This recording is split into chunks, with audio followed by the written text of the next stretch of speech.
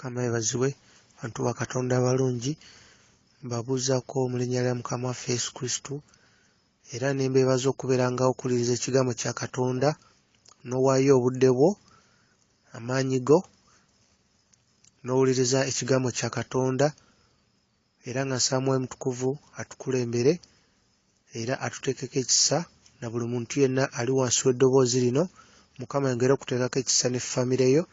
Mukama asobole okusumula amaaso g'omutima gwo, osobole okumanya ebyo ebiri mu mwoyo. Olwaleero ngenda kwogerako ku musumba omu eyabadde alina obubaka bw'abuulira omwami omu, era obubaka buno yamubuulidde mu ngeri ya bbaluwa. Era omwami ono pasita yatandise n'agamba nti abadde asaba amusomere ebbaluwa eva ewa Mukama waffe Yesu Kristo. Era omusumba bw'ati weyayogedde ebbaluwa bwe yadde egamba. Yagambye nti mu kiseera kino tuyita mu biseera ebizibu. Mu kiseera ebizibu ate ng'ekiseera kirungi kya ssanyu, ekiseera ky'okwetegekera embaga, ekiseera ky'okubeera wamu, okutambulira wamu n'okusinga bwe kyali kibaddewo. Naye ng'ekyo tekinnabaawo, olina okusooka n'okkiriza okusonyiwa kwange gy'oli, ebyo byonna ebyakulemerera n'ebyo byonna ebibadde bikulumya omutima. Okwenenya kwo kukkiriziddwa. Omulabe agezaako okukomyawo byonna ebyaliwo ebyayita, agezaako bikomyawo gy'oli, naye tomuwuliriza. Ebyo ebintu tebiva mu ggulu era tebiva eri mutima gwange nze Katonda wo, era tebiva mu ggulu. Ebintu ebyo bizito naye byayita. Ekyo olina okukimanya. Wasonyiyibwa. Bino ebiseera bizibu naye nga biseera bya nnaku. Ebiseera eby'ennaku ogenda bizzaawo n'essanyu n'emirembe egigenda okuva mu nkolagana yaffe awamu mu mwoyo. Era pasita ebigambo ebyo bye yayogera nga bye biri mu bubaka wa Mukama waffe Yesu Kristo. Era pasita n'awaliriza omwami ono addeyo abiwulirize bulungi, ajja kufunamu eky'okuddamu. Omwami ono ng'alina ky'abuuza pasita. Omwami ono n'agamba naye pasita, Katonda ono ddala y'ani? Mbadde muwulira naye kwega Katonda ono olina engeri gy'oyinza okunnyonnyolamu ne nnyongera okutegeera Katonda ono? Era pasita bw'ati bwe yagamba. Pasita n'amugamba nti Katonda ono kigambo, era erinnya lye ye Yesu Kristo. Era okuva mu kwagala, mu magezi, mu kusalawo, mu kuteekateeka, mu bugumiikiriza, mu buwombeefu, buli kimu kyatondebwa. Era awatali kwagala kwa Mukama Katonda tewali kyalibaddewo. Nga engule y'ebyo byonna bye yatonda, Katonda yatonda abantu mu kifaananyi kye. Mu magezi n'okumanya ag'omutonzi yatonda omuntu ng'alina okusalawo okw'omutima gwe, olwo omuntu asobole okuzimba okwagala kwe eri Katonda eyamutonda awatali kkakibwa, kubanga okwagala kulina kuva mu mutima ogw'omuntu omu ng'asazeewo nga takakiddwa. Era omuntu ono mu kutondebwa yatondebwa ng'omuntu ono alina soul, alina body ne spirit. Nga spirit yaviira ddala ku mutima gwa Katonda n'aguteeka mu muntu ono, nga spirit kye kitangaala ekiri mu muntu ono, nga spirit gwe muliro kye kitangaala ekyava ku mutima gwa Katonda ne kiteekebwa mu muntu, nga kino kye kitangaala ekyakaayakana abo abali mu mwoyo kye balaba, ng'ekitangaala kino kikula na kwagala kwa Mukama Katonda, era ng'ekitangaala kino we watuula amazima. Ng'era omuntu gy'akoma okwagala Katonda, ekitangaala kino gye kyeyongera okwaka, ng'ogwo eyo ye spirit. Kati omuntu n'atondebwa ne soul, nga soul eno y'entegeera y'omuntu, era nga soul terina ludda. Soul terina ludda. Ng'era spirit gyekoma okwakayakana n'okumasamasa, gyekoma okukwatagana ne soul ne bibeera kimu. Era ng'omuntu yatondebwa ne bode, nga bode gwe guno omubiri abantu gwe balaba ku nsi ogutambula, gwe guno omubiri abalaba mu nsi ogutambula ng'eyo ye bode. Kakati nga omuntu gy'akoma okwagala ebintu by'ensi eno, bode ekwatagana wamu ne soul ne bibeera kimu. Omuntu gy'akoma okwagala Katonda, soul ekwatagana wamu ne spirit ne bibeera kimu. Bode yakolebwa mu ttaka era ejja kudda mu ttaka. Bode ejja kudda mu ttaka. Era nga soul ekosebwa nnyo ebyo byonna omuntu by'asalawo okulaba n'okuwuliriza n'okusoma. Era nga spirit ekula nnyo olw'ekyo ekiva mu kamwa k'omuntu. Okula kw'omuntu bwe kuba kusinziira ku mwoyo gwe, ku spirit ayakaayakana mu mwoyo era abaako ekitangaala. Era soul eyongera okubeera kimu ne spirit. Spirit gye yeeyongera okukula eyongera okwawula omuntu ku by'okwegomba by'ensi eno, n'aba nga atunuulidde ebyo byokka ddala bye yeetaaga. Omuntu gy'akoma okuteeka amaaso ge n'okwagala kwe ku bintu by'ensi eno, soul ye ebeera kimu n'omubiri gwe. Katonda ayinza atya okukolagana n'omuntu oyo atunuulidde ebintu by'ensi eno nga soul ye ekwataganye ne bode, nga spirit erekeddwa, ate nga Katonda spirit?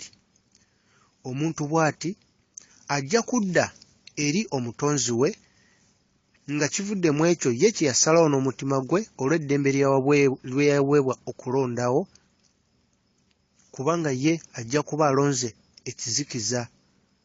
Katonda atondawo embeera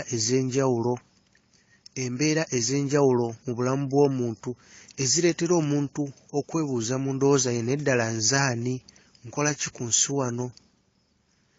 Ebintu bino byonna byenfuna mu buzibu ne mu kukola mu maanyi birina mugaso ki gye ndi? Era omuntu akizuula nti okwagala kwe kulina omugaso ogwa ddala. Mu bibuuzo byonna omuntu by'aba yeebuuza, ebibuuzo bingi bimuleetera omuntu okunoonya ekyokuddamu ekitasobola kusangibwa ku nsi kuno. Ebyokuddamu bijja kuweebwa eri abo bonna abanoonya, kubanga ekisuubizo kya Katonda kikyali kiramu eri abo abalamu. Ekisuubizo kye yawa nti oyo yenna amunoonya ajja mmuzuula. Katonda waffe omutonzi w'eggulu n'ensi, Yesu Kristo, bulijjo abadde ayogera era ng'aweereza obubaka abantu ab'oku nsi, ng'ayita mu abo bwe yateekamu omwoyo gwe. Ebiseera ebisinga bawakanyizibwa era bangi basalawo obutawuliriza, kubanga bayina abo be bakkiriza nti be bakiikirira Katonda. Mu kikolwa ekyekisa ekisingayo, Katonda yennyini yajja ku nsi mu mubiri gw'omwana we Yesu Kristo, era nga ly'ekkubo ery'obulamu obutaggwaawo. Oluvannyuma lw'ekikolwa ekyo eky'okuwaayo obulamu bwe ku musaalaba ekyaleeta obulokozi obw'emyoyo ne buleeta ekitangaala eri okuvuunula ebyawandiikibwa obulala,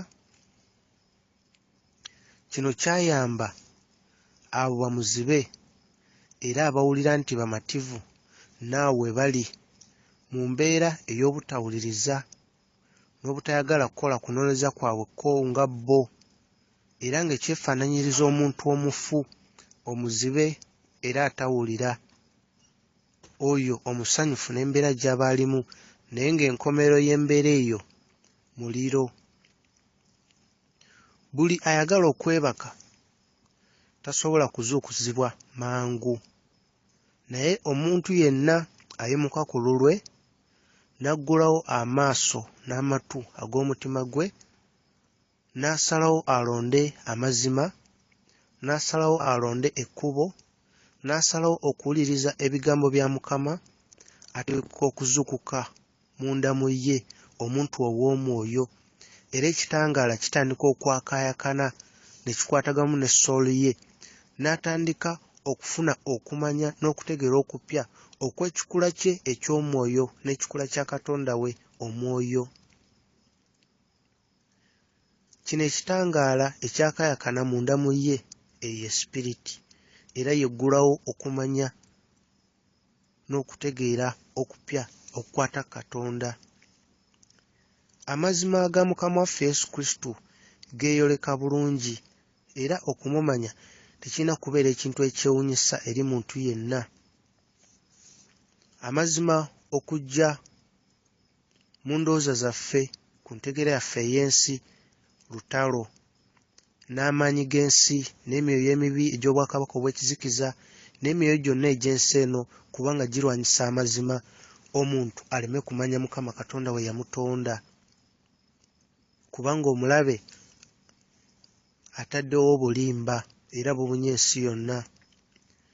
Yagala Katonda wo okusinga ebintu byonna, era ekinaava mu ekyo oyagale muliraanwa nga bwe weeyagala. Kino kye kisumuluzo eri emirembe egitagenda kuggwaawo mu Katonda era wamu ne Katonda. Yesu Kristo Mukama waffe, era nga yakulira eggye lyonna, ye muduumizi w'eggye ery'omu ggulu, kyekyokuddamu eri okubonaabona kwonna. Akaseera katuuse ak'enkyukakyuka mu ndowooza. Kabaka wa bakabaka takyayinza kulwawo kiseera kingi. Katonda waffe Yesu Kristo oyo aduumira eggye ly'omu ggulu, ye mutonzi wo era ye mulokozi wo. Ggulawo omutima gwo oyogere naye, weenenye mu mazima, ove ku kibi, otambulire mu kkubo ery'obutuukirivu. Ajja kuddamu era ojja muwulira. Bwe tutunuulira Mukama waffe Yesu Kristo, bw'ati bw'agamba ye bwe yali akula wano ku nsi, engeri gye yali ng'akyali muto, era yatuuka atya, yayita atya mu bulamu, yatuuka atya okutandika okubuulira ekigambo. Mukama waffe Yesu Kristo bw'ati bw'ayogera ku biseera bye ng'akyali muto n'okukula kwe. Bw'ati bw'agamba, mu kiseera kyonna bwe nakulira okuweza emyaka 3, nabeerawo ng'era omuntu omulala yenna, omulenzi yenna gwe bakuzizza, ne mbeera omuvubuka, era oluvannyuma ne nfuuka omusajja omukulu. Naye mu kkula mu bulamu bwange nalina okusooka okuzuukusa ekikula kya Katonda mu nze, okusinziira ku mateeka ga Musa, ng'omusajja yenna bw'alina okuzuukusa nze munda mu ye. Ng'omusajja yenna ow'ekitiibwa nali nina okusooka okuzuukusa okukkiriza kwange mu Katonda, kwe nalina okwezuula nga neeyawula ku bintu by'ensi eno, amasanyu g'ensi eno, n'okwongera okubeera okwagala n'omutima gwange gwonna Katonda, olwo nsobole okubeera omuntu ow'omwoyo. Nalina nze kennyini Mukama wammwe nabeerawo ng'ekyokulabirako eri buli muntu yenna ali ku nsi. Olwo buli muntu yenna asobole okuzuula nze ali munda mu ye, nga nange bwe nazuula Kitange eyali munda mu nze, omuntu omubiri ku nsi kuno, azuule omwoyo ali munda mu ye. Ng'ekyo kiva mu kusalawo kwe ye nga ye, tubeere kimu nze naye, nga nange bwe nazuula ne mba kimu ne kitange yali mu nze ng'ayita mu kwagala n'okukkiriza.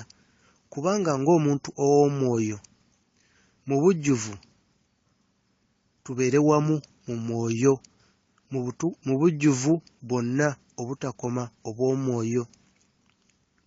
Omuntu yenna asobola okutegeera eby'omwoyo n'ekikula kye eky'omwoyo ng'akozesa eriiso ery'omutima, naye tekisoboka n'amaaso era n'entegeera y'ensi eno. Omuntu gy'akoma okubeera omutukuvu mu mutima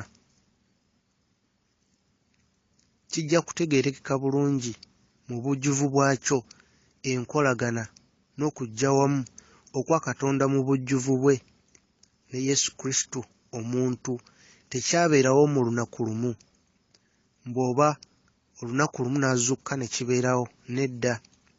Naye ng'ekintu kyonna ekiri wansi w'okulemberwa Mukama Katonda kikula mpola era kyakula bukuzi, era nga kyefaananyirizaako omwoyo wa Katonda bwakula mu mutima gw'omuntu. Yesu Kristo okubeera ekimu ne Katonda mu bujjuvu kyatuukirizibwa ku olwo ku kufa ku musaalaba. Newankubadde ekikula kya Katonda mu bujjuvu bwe kyalimu munda mu ye mu mwana omuto Yesu, era nga kyeyolekanga mu byamagero ebyakolebwanga we kyali nga kyetaagisizza. Mukama bakuume, kansuubire ojja kubaamu n'ekyokuyiga. Mukama bakuume.